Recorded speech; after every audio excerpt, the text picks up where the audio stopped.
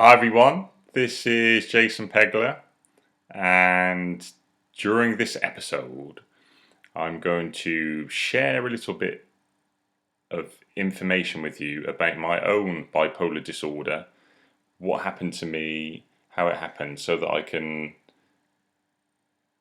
help you understand ways that I learned to cope with it along the years. And I'll also look at mistakes that I made in my life and then things that I changed. So now I will go to one or two places that are quite intense, but I will snap out of it because I want you to be in a kind of a peak state. So I think it's really important that before you listen to this, that you just do five minutes exercise. You could do half an hour if you can, but at least 5 minutes getting yourself in a peak state. So that's just go for a walk as fast as you can for 5 minutes, 2.5 minutes outside the house and come back. And just get yourself in a peak state just for 5 minutes and see the difference that it makes. Have a glass of water as well. Make sure you're not too dehydrated. Okay, so, and let's smile as well for 10 seconds, okay? Have a little chuckle as well. Okay, because I want you to be kind of, I want you to be like in a good state. Okay, excellent. Okay, so as I'm a former bipolar sufferer, let me take you back a little bit to how it all happened. So, when I was younger, I always thought I was a little bit different. I was highly creative, and I seemed to be extremely good with numbers for some reason. So, when I was doing, everyone else was doing their 1 to 12 times tables, I was doing my 12 to 20 times tables. And I found that I would get bored very easily, so I would always finish my schoolwork really quickly in class and kind of get bored, So, maybe I had that mad gene, the creative gene, the intelligent, gene or whatever. And some of you will identify this when listening to this, I'm sure. But of course, what happened is at some stage I lost touch with reality. And looking back, how did that happen? Well, there were one or two things in my upbringing that were pretty stressful. But, nothing that necessarily says, look, this is why you have bipolar disorder, okay? And, of course, I believe that it is essentially a social construct, even though there's a reality that people do go off their heads and crazy, and you have to call it something so that they can come back into society and be included is a goal, but of course they feel excluded. So when I was 14 or so, I started binge drinking, and I don't think that was very good for me, okay? Also, I got into, drugs, so cannabis, then got onto harder drugs like speed, ecstasy, LSD, and things like this. So by the time I was 17, I was taking drugs quite regularly at the weekend and drinking quite heavily maybe once or twice a week as well, and had been for a couple of years. Then I was becoming really kind of obsessed with overwork, so I was studying for an Oxford entrance exam in English. So I found the combination of drinking definitely wasn't help. So if you really want to get better, then stop drinking alcohol, okay? At least cut it down big time. So I've not, you've got so many units per week that's recommended. I've not got over that in years, in a long, long time, and I hardly ever drink. I might just drink a bit of champagne every now and then as a celebration or something like that. So also I haven't taken any illegal drugs for a long, long time, probably since just after my first episode, so probably since, just trying to think, maybe the last time might have been 1997 or something like that.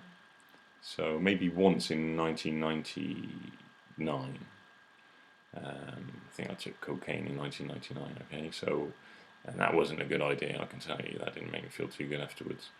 It could have even been one of the triggers for my final episode in 2000.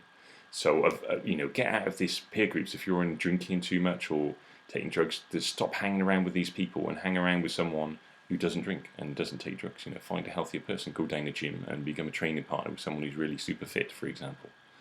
Okay?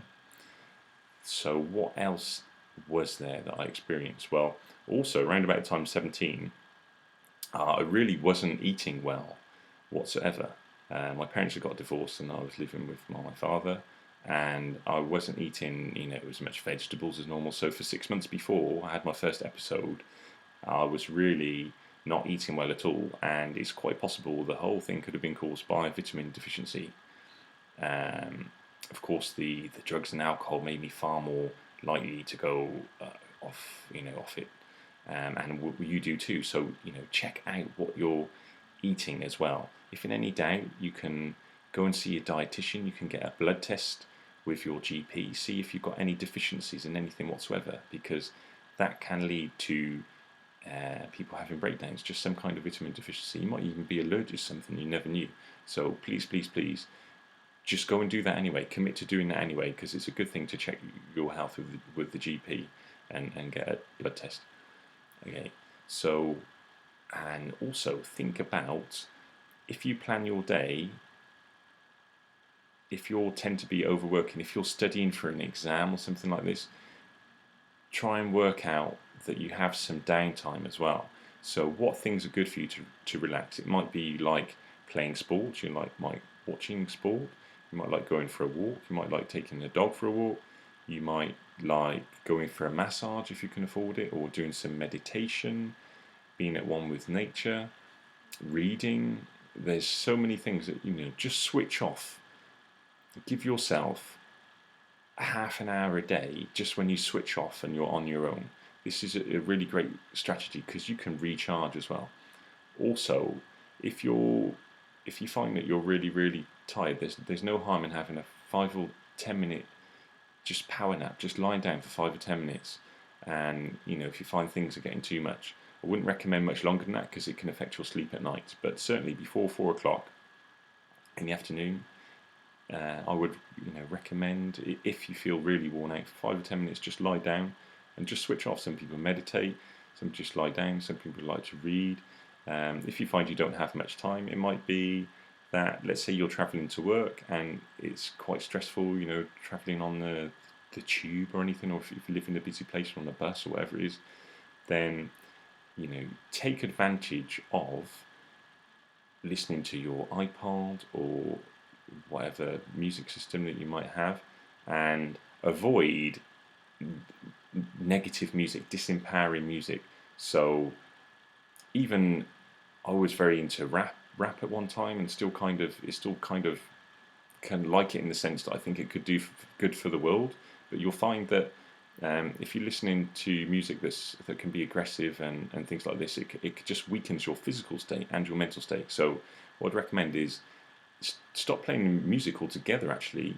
Maybe even like a little bit of classical music or something, but get into personal development on your iPod.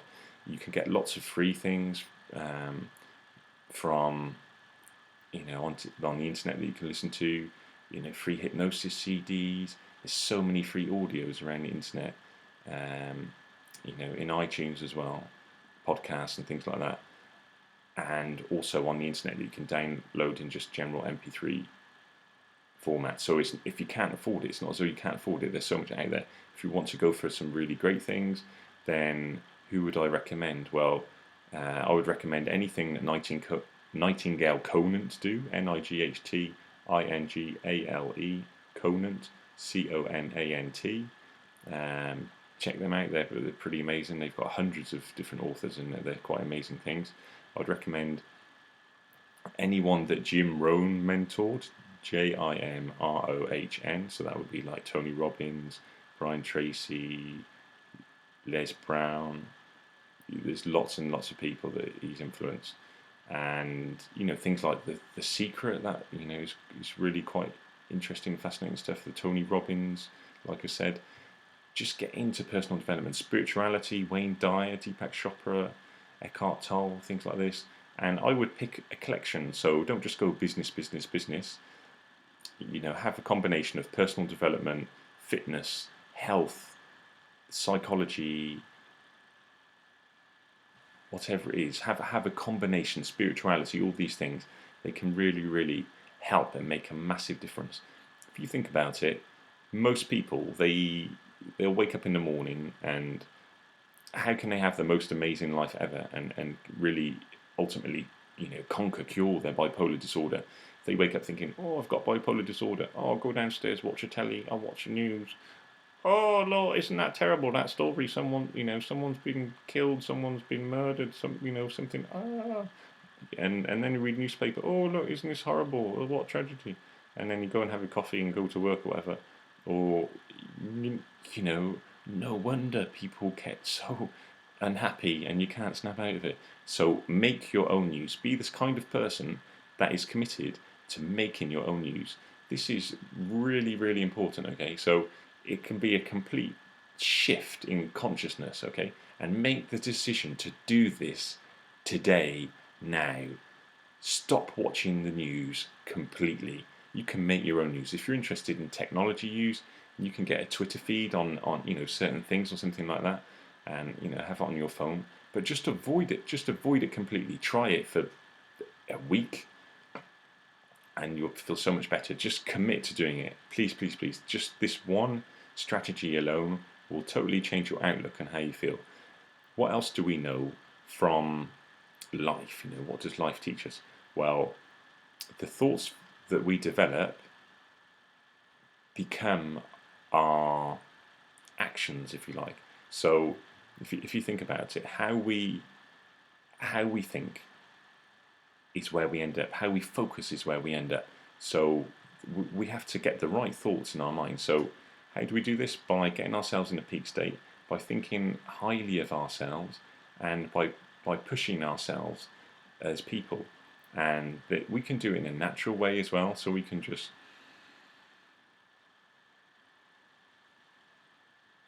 stop and breathe and take things in and feel good, feel gratitude, feel happy about being who we are, feel blessed, feel grateful. It's really important to feel gratitude all the time, every day. Feel grateful for the people that we love in this world, for the experiences that we've had, that we're alive, that we have food to eat, that we are in a position where we're in the knowledge era, if you like. So we have so much information, we can find out anything we want in the world by just Googling it. Just think about how lucky we are, and how lucky you are, and how you can really, really get better. So what else happened to me when I was during my bipolar episodes, that mistakes that I made where I kind of things didn't work? Well, like I said, just before I went high initially, I took a couple of ecstasy tablets in a nightclub in Swansea, and I never came down. Well, obviously that was a bad idea. Okay, so avoid the illegal drugs if you're in on that scene at whatever age you are. Please, please, please get out of it. It's just a matter of time before you break down. I know people that it happened to me when I was at school when I was 17. People have come back to me years later, 5, 10, 15 years later, and then cracked up later. I know people who have been fine till they're 50 or 60, and then they've cracked up because they've been smoking cannabis or whatever. Obviously, some people say there's some benefits from cannabis, but I would just say, from my experience, no kind of drugs work. I don't really want to get into a debate about that, because there might be a cathartic value for some physical needs or whatever. But the point is here that you really want to focus on taking responsibility for your life. The moment I did that, my life totally changed, and I did it on a number of occasions. But the first time I did it, it just took a huge step. And you can take steps to improve every day. Life is in peaks and troughs, so I really think that we grow or we shrink every day. Okay, so you need to make the decision now to say, look, I'm the kind of person who's going to improve my life now. and today, and just get on with it really. And if you think like that, you'll find that life will be definitely better. It will be more helpful for you. It's absolutely no doubt about it. What else is there that can be really, really useful, that can help you to have the best health that you ever had?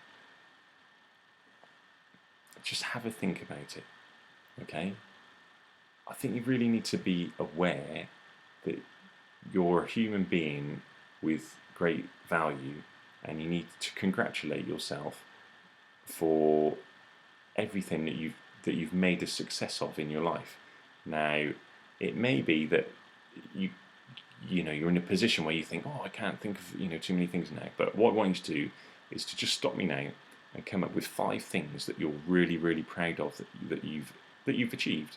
And whatever it is, if it's for being a father, for getting a job, for passing an exam, for getting this really healthy, or being nice to somebody, whatever it is, please come up with 5 reasons and stop me now.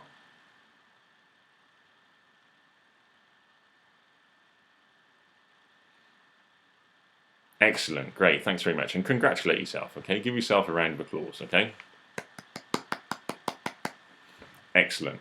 That's really good. So that's 5 ways that you can really help yourself. 5 references you have of how you've achieved something, and if you want to make that more powerful, then go back and come up with 50. You think, what's he talking about? Come up with 50 ways that you've been proud, things that you've achieved. Just stop me now and come up with 50 reasons. It should just take you about 5 or 10 minutes, okay? I think you could do it in about 3 or 4 minutes if you're really fast, okay? Just stop me now and come up with 50 reasons.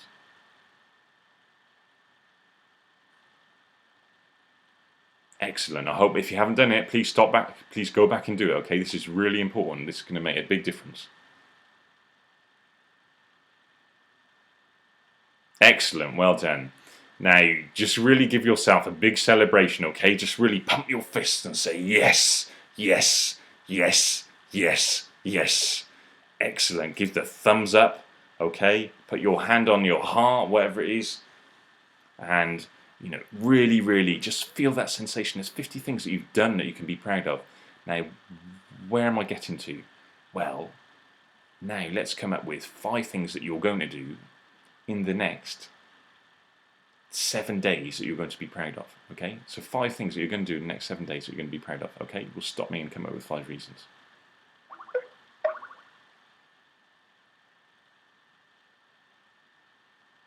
Excellent. So you come up with the 5 reasons. That's great. Lovely. So proud of you for doing that. So you come up with the 5 reasons. You're going to celebrate? Yes, yes, yes, yes, yes. Excellent. So you've got 5 reasons. 5 ways that you're going to make your life better in the next 7 days, okay? And stop me again, and we're going to come up with 50 ways in the next 30 days, okay? 50 ways in the next 30 days, okay? So you're going to stop me now?